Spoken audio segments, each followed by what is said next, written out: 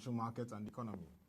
Today we'll be looking at an interesting topic around post-COVID-19, assessing shareholder relations with companies. It's very important that in this time we see how it's been redefined, the relationship between shareholders and their companies. With me to lead this conversation is Sir Nwosu, National Coordinator Emeritus of the Independent Shareholders Association of Nigeria, one of the largest association of shareholders in the country. Good morning to you, sir. Good morning. Yes. Good morning. Yeah. A well-thought topic. Yeah, with me to make this conversation even livelier is Mr. Boason Omofaye CEO, Frontier Africa Reports. Good morning. Good morning. Good morning. Sir Nwosu. Yeah, first I'll begin with both of you. I mean, first with you, Sir Nwosu. I can see that you're held up in traffic. I mean, this is part of the very heavy one. This is a different lockdown. Boason, it took you some time to come because of the traffic, and this one real challenge yes, that we need to navigate through. There's a virus lockdown, and this is a vehicular lockdown. Vehicular lockdown, yeah. Yes. Yeah. The whole 2 hours that is so expensive to your program. Wow. So you've been on the road for 2 hours? Yes. Wow, that is something that. If you let's assume, Sir Nwosu, that you were to attend an annual general meeting right now as a shareholder, and you spend in 2 hours in traffic, and it's likely you're missing an annual general meeting or a board meeting of which you have been an independent director on a few companies. How does that feel when we talk about investing in Nigeria and the value of time for money? Well, it's very wasteful. What I do is that if I have such a statutory meeting, I will look for accommodation very close to the venue and take the risk of staying there and just walk down to the venue of the meeting ahead of time, maybe 30 minutes or 1 hour ahead of time. And that gives me some restful moments to relax and think of my contribution at such meetings. In other words, that is increasing the cost of, because for you to do that, you're taking that out of your dividend or your capital appreciation of your. So this is part of the cost of doing business in Nigeria. This is part of cost of doing business. As a dividend, because in some cases the dividend will not be able to underwrite such expenses, but I'm just taking it as part of sacrifice to those that expect me to be at the AGM. So it's a lot of cost sacrificing for what you believe in. So it's not comparable to the benefit that will come in from such meeting. Okay, so now there's, if Otto permits me, now the number of annual meetings are being held on a virtual basis, yes. Which means that companies are now asking you to connect for annual general meetings, EGMs, and some board directors meetings using digital means, technology, Zoom, and other form of meetings. How do you think these are you comfortable with this? And do you think it really ensures that interaction, transparency, accountability in holding of these meetings? The handshake, the entire conviviality that comes through an annual general meetings of see me, see you? Are you missing that? Or do you think this is a new horizon entirely that we've never seen in our lifetime? Yes, that is being missed. We have taken the situation I've been in a wartime where you don't even think of anything other than safety. In wartime, nobody thinks about meetings, nobody thinks about ceremonies, enjoyment, and all this and that. But what we think about is the safety and to be alive to see a new order. So what we're going through now is a passing situation which we're all praying it is better to be alive to see the end than going with the virus. So, but the most important thing is that because of palliatives that do not get to everybody, shareholders are more particular about getting the dividend that they have worked for and using that to keep body and soul together, which I call our own palliatives now. We have a lot of old men, which of course, because of the nature of the virus, they are being asked to sit back home And this is areas that give them some sort of exercise and joy, meeting people, asking about their whole investment, even if it is one share. But all those we have just kept aside until we win the war, the third world war of the virus. And then we can now come back. But the most important thing is for us to make an arrangement, as we have done, to be able to approve our dividend, and the dividends are sent to the old people and the young people to keep body and soul together. Okay, Mr. Nwosu, let me ask you one very difficult and very thorny question. I've seen certain documents in which some suggestions have been made that the unclaimed dividend perhaps could be used to support the government fight against COVID-19. Perhaps the government should lay its hands on the hundreds of billions in unclaimed dividends and use it as part of the efforts to reflate the economy and all of that. Would you support this kind of suggestion that unclaimed dividends should be wiped out? I will not support it, because unclaimed dividend is net what we have paid to government.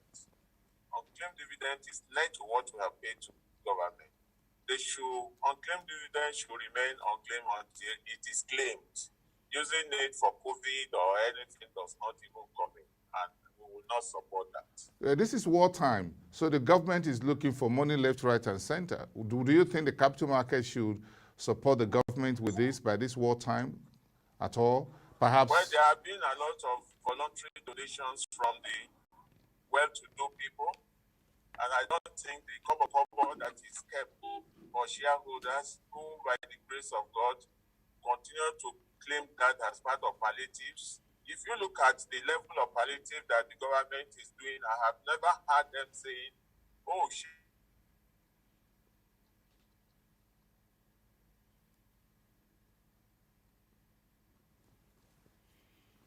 shareholders will be giving so and so things as part of their resources, which they can use to fight the war.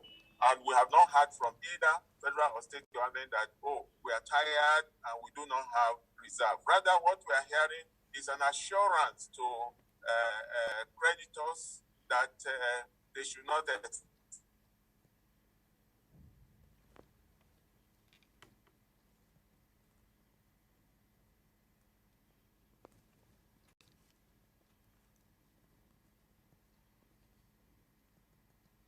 side connection challenge, and you're still in traffic. Okay, so you can go on, sir. Yes. Okay, you can go. I have reacted to the punitive one that you have raised against shareholders. Most of the big shareholders they've always taken their money a day after the approval. So they should not punish these poor masses that we are still looking for to know what has created the unclaimed dividend. So I refuse to agree to that, and I will not support that on behalf of shareholders. Would you also perhaps think that, like you have in the US, for example, the authorities are moving that maybe banks and in Europe should suspend dividend payments for the year 2020 and UK too? Would you say quoted companies like banks should suspend payment of dividend for year 2020 in Nigeria? Well, if UK is doing that, if US is doing that as per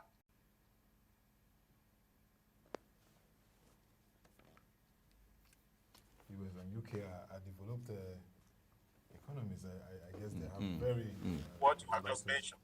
I don't able to lay reports that they are tired of managing the whole thing. But we cannot also compare UK, US with Nigeria. Because today, according to NCDC, we are having about 100 and something deaths or something like that. And the infection is about 4,000 something.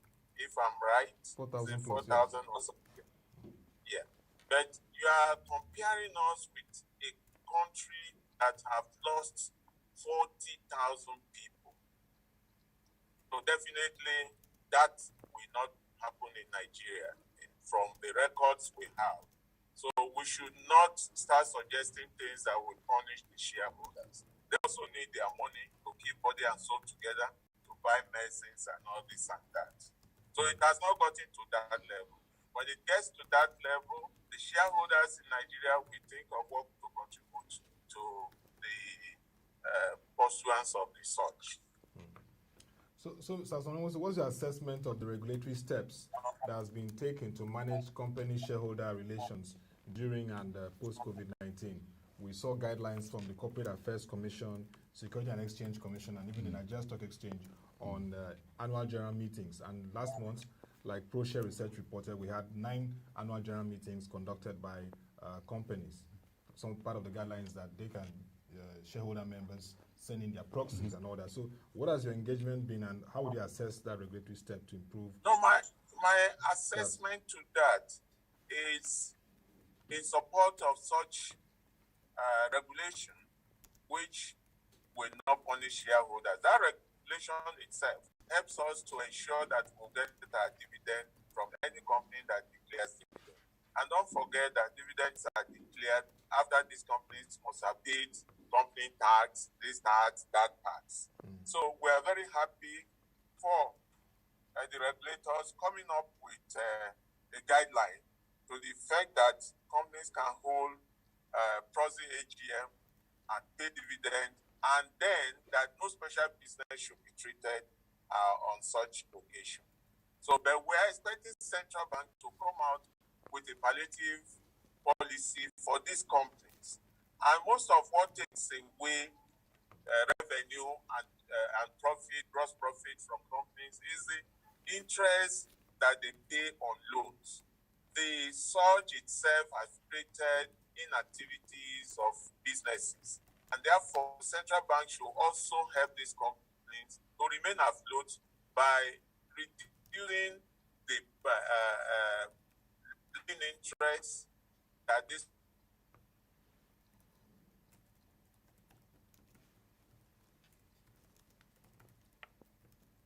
companies are bearing, and the government too. So that's what bothers us now. If these companies are still paying as much as 20%, 25%, 30% on taxation and borrowing, it then will not help. So whatever you are thinking about profit in this 2020 account will be reduced totally. So what we are proposing is that you, as a business colleague, should also help us to deal with central banks. Not only companies that has dealing with federal government should benefit from palliatives which they are talking about. So that will further help us, and when we are helped and we are happy, we can also think of other areas to help whatever is the situation at hand. So if I understand you, not just in the financial services, all sectors, quoted companies, they need some level of relief. Yes, to them. Because the 50 billion naira that central bank is talking about is basically for companies having dealings with federal government. So that doesn't help. There is no need creating a dichotomy in this, because we're all in the same market and we're suffering the same thing. So it should be all-round palliative to existing companies. See what is happening at the cargo sector of the economy, where the agents are asking for a discount or forgiveness of demurrage and all this and that. Whereas at the port, the seaport, they're also enjoying that kind of free demurrage. And it should be extended, because if you don't do that, whatever is imported into this country will not even get a buyer. The prices will be outrageous, because the demurrage you paid will also be recovered. So we should apply the same application on businesses in this country, whether it is seaport or airport or anywhere. There should be that as a relief to all of us. And when this relief comes, people will also be very happy to contribute to whatever problems we are facing in this country.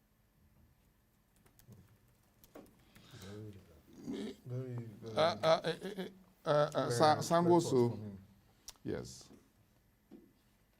think we've lost him a bit. Okay, he's back. Yes, a now. bit of it. Nwosu, just a quick one from me again. Now, we've looked at some reactions from the stock exchange, from FMDQ and others in terms of laying out business continuity plans moving forward. One of the issues that has been handled has to do with trading remotely and all of that, and for shareholders to contact their brokers, registrars, online, digitally, and what have you. What has been the experience of your members? I think you have to take that question again. There have been some network breakage and all this Okay. and that. Okay, Mr. Boason. Okay, let me quickly retake that. Yeah. What has been the experience of your members in terms of trading, accessing their stockbrokers, accessing the CSCS, the stock exchange, and others during this lockdown period, in terms of digitally connecting and still having a feel that, yes, the market is still there, there's transparency, there's accountability, there is prompt response when they get in touch with their brokers or with their registrars and other market participants? What are your members saying? Well, the fact of the case is that the situation we are into, which I said is a war, nobody thinks seriously about investment.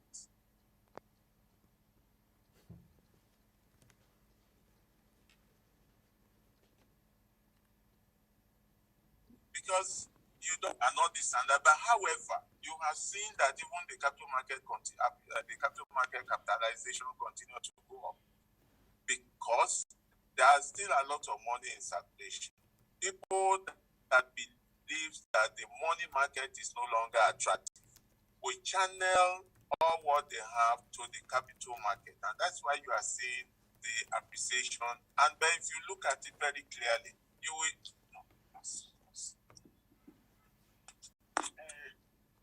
Okay. Wind down. We are going here. Sorry, please. There's a. If you just look at the whole thing, you'll find out that if the capitalization of stock exchange were heading. So sorry to cut you in. Yeah, if you could just drop your hand a bit, I think it will block you. Okay. Okay. It's the traffic people. Okay. All right. Sorry.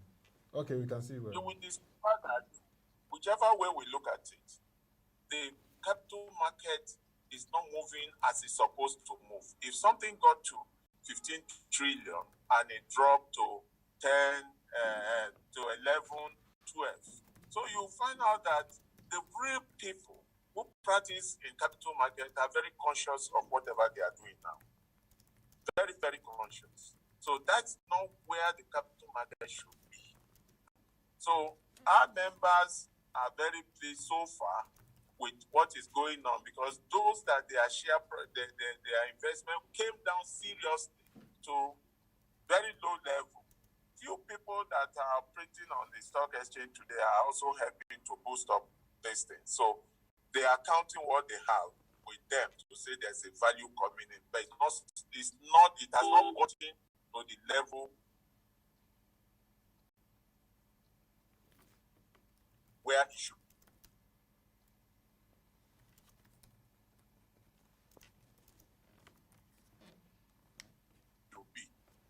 So what do it? They're also not happy because that's not where they.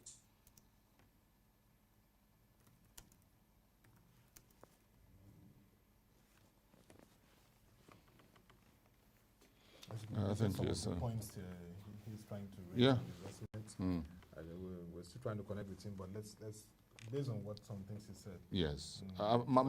Yes, it's quite interesting to have his thoughts on some of these very critical areas. Nwosu, I think we allow you to continue, sir. To continue. But again, when you look at listed companies in terms of what you call shareholder relations or investor relations, what has been the experience during this particular period in which it's no longer possible for you to walk into any of the listed companies, Nigerian breweries, First Bank head office, Owando, MRS, or anyone else, and say, look, I am Sasan Nwosu. How has the investor relations been? Is anything changing?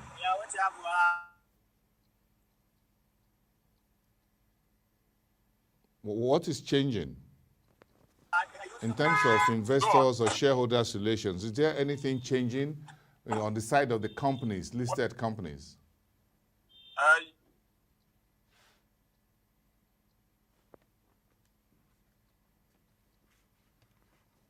You see opportunities, access to use the electronic system of talk.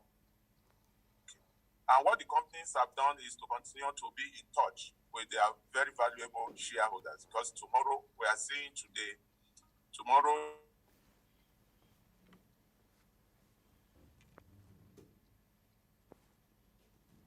there may be changes that stand what they are going. So they never allow the vacuum to.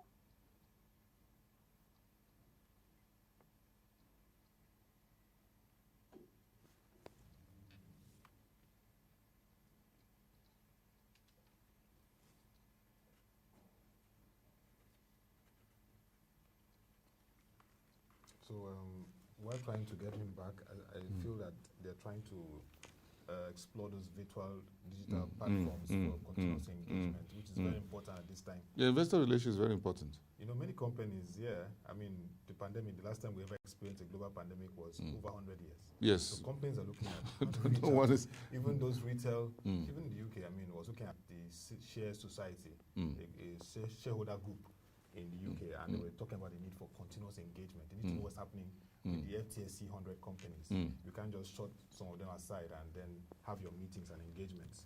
I think the critical point for listed companies now, and I'm sure the stock exchange and the SEC and the NESD that has listed companies have to do to focus on is how these companies will continue to engage meaningfully with shareholders at the bottom of the pyramid. Yeah. And I'm sure that's the main concern of Nwosu here. Yeah. Nwosu, it's good to have you back on this. So, what do you? How critical do you think it is for companies, listed companies, now to engage with shareholders who has very small portfolio at the bottom of the pyramid and who are in Zango, Qatar, or they're in Ilorin or elsewhere in remote places at this point? Very critical information, very critical engagements at this point in time. Normally, the regulatory authorities are much concerned in taking care of minority shareholders, and that's their focus, to ensure that minority shareholders will be heard, that the majority will have their way.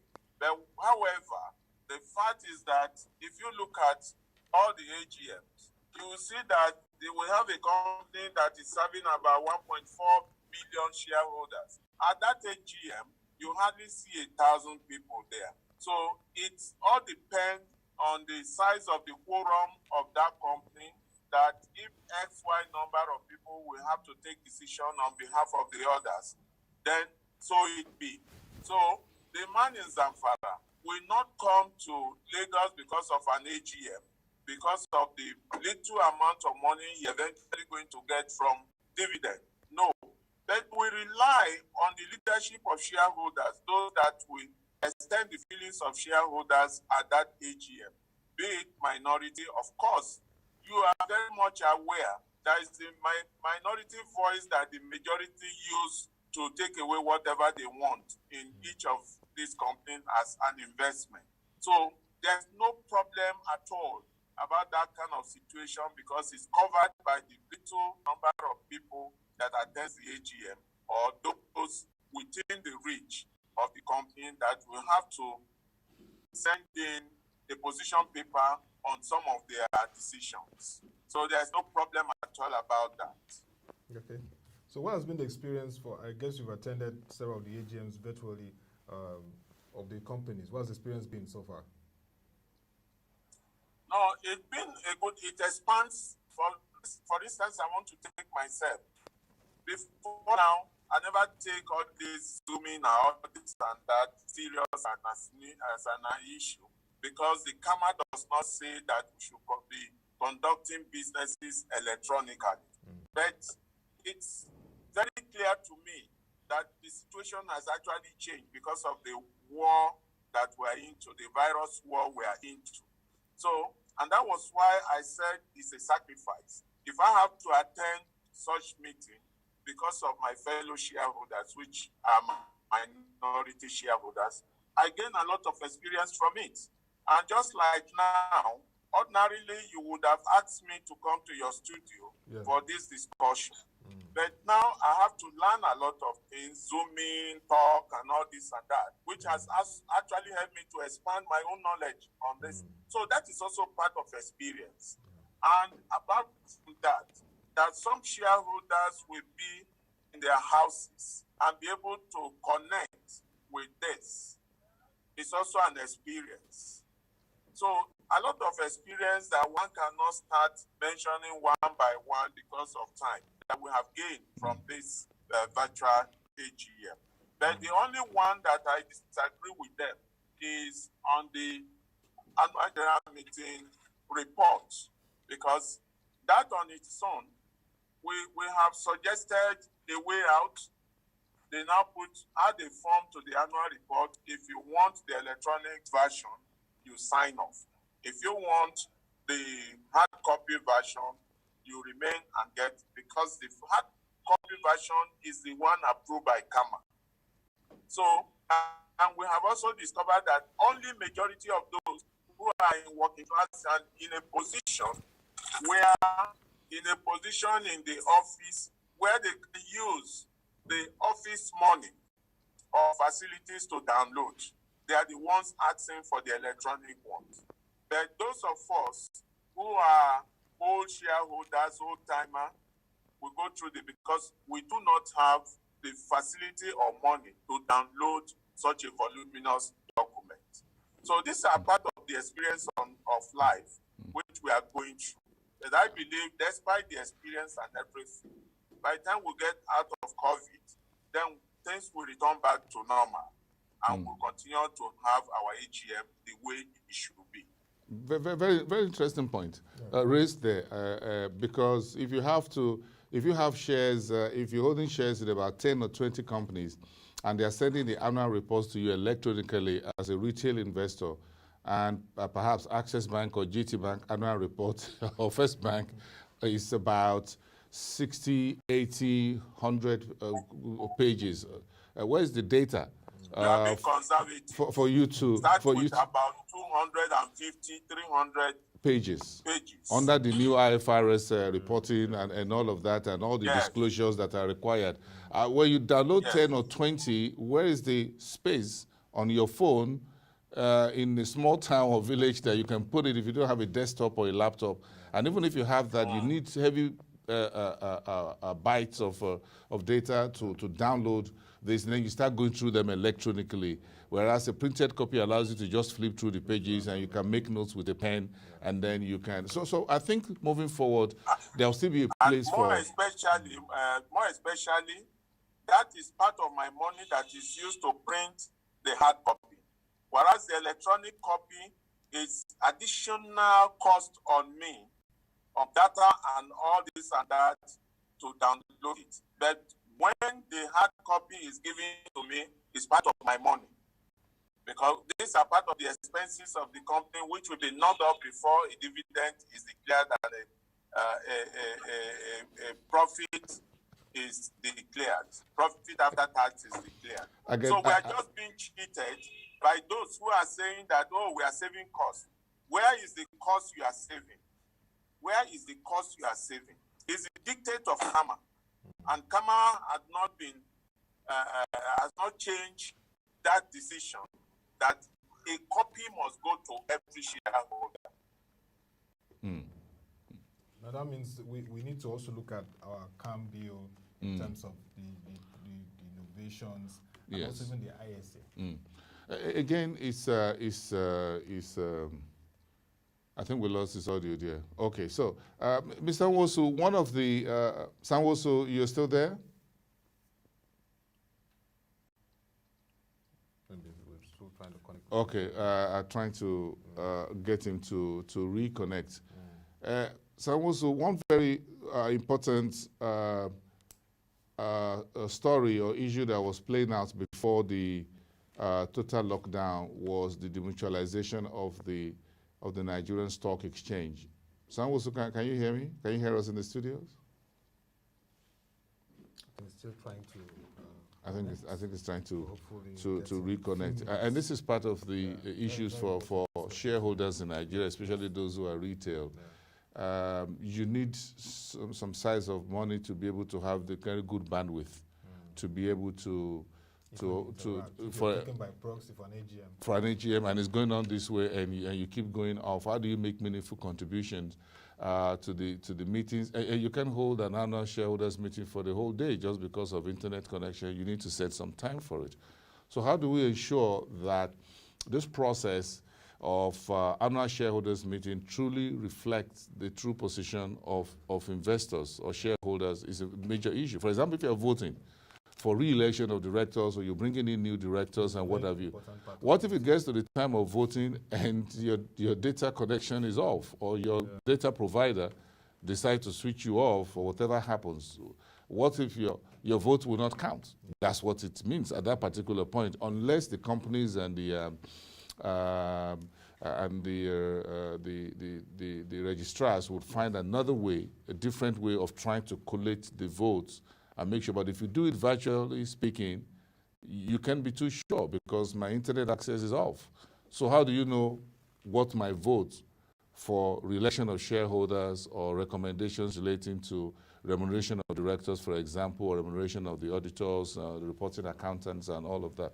How do you ensure that? So we still have a lot of work to do in terms of infrastructure that we use for digital connectivity in the country before we can now say we've migrated everyone to a point in which you don't need to come all the way from Zamfara State or from whatever to go hold an AGM in Calabar or in Akwa Ibom.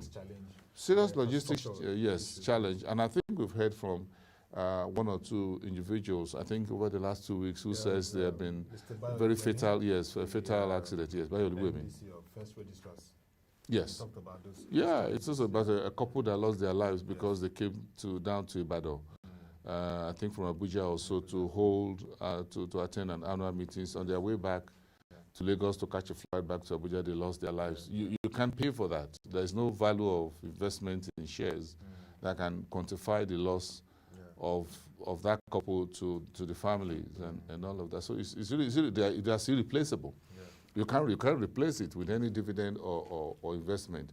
So I think part of the learning curve is for us to, for the authorities to also think along that line. But I agree with you. We need to revisit Companies and Allied Matters Act. I mean, globally, I think there's a need to really look at investment laws, company laws, because what we saw from the UK too was that the share groups were saying that you can't hold closed door meetings, you can't lock us up, find a way that we can have a Q&A, we can even the retail shareholders can make their inputs. It's not just about sizable big shareholders dictating the pace. I agree with you. Because if you do a virtual meetings, how many of the retail investors will be able to connect? So technically, we're holding meetings that only the big boys can afford to attend. And even if you're holding it in a hall, the rule of social distancing as a health measure means that only about 10 or 20 people will be able to be in the hall. And the rest by proxy. And the rest by proxy. No, I think it's a very interesting time. To really reset our investment laws. Well, I'm sure the SEC. The SEC has been doing the best. I think the SEC will look at this situation and maybe use it to take a second look at the rules and regulations relating to investors' meetings, shareholders' meetings, investor relations, and what have you. Even the CAC, the Corporate Affairs Commission. Oh, yes. Oh, yeah, very correct. Very correct. Yes. I guess we lost connection a bit with Mr. Nwosu, but it was really nice having the conversation with him. I mean, his inputs were very, very rich. That's Nwosu, National Coordinator, Emeritus of Independent Shareholders Association of Nigeria. He shared the fact that the Central Bank of Nigeria should provide those required palliatives, those support to quoted companies. And that the unclaimed dividends should not be touched. Yes, I think I need to underscore that. Someone says, don't touch our unclaimed dividends. Supporting the economy. The shareholders even need that support this time too. So don't touch the unclaimed dividends. Yes, yeah. So that was really nice having you also today. Thank you. Thank you, my pleasure. Questions you asked. Thank you. Nwosu. Thanks for having me. Boason Omofaye CEO, Frontier Africa Reports. We also had Nwosu, the National Coordinator Emeritus of Independent Shareholders Association of Nigeria. We could hear his insights around shareholder relations with companies in Nigeria and some of the issues that I expect from the regulators. We'll continue this conversation tomorrow on the Market Review. You can join our website, www.proshareng.com, to get further insights and analysis on our videos, reports, and analysis. This period, ProShare has packaged for you a platform called the Corona Central Watch, where you get all the trackers from the world, national to state, on the COVID-19 pandemic and its impact on the nation. Till we come your way again, thank you for watching. Have a nice day and stay safe.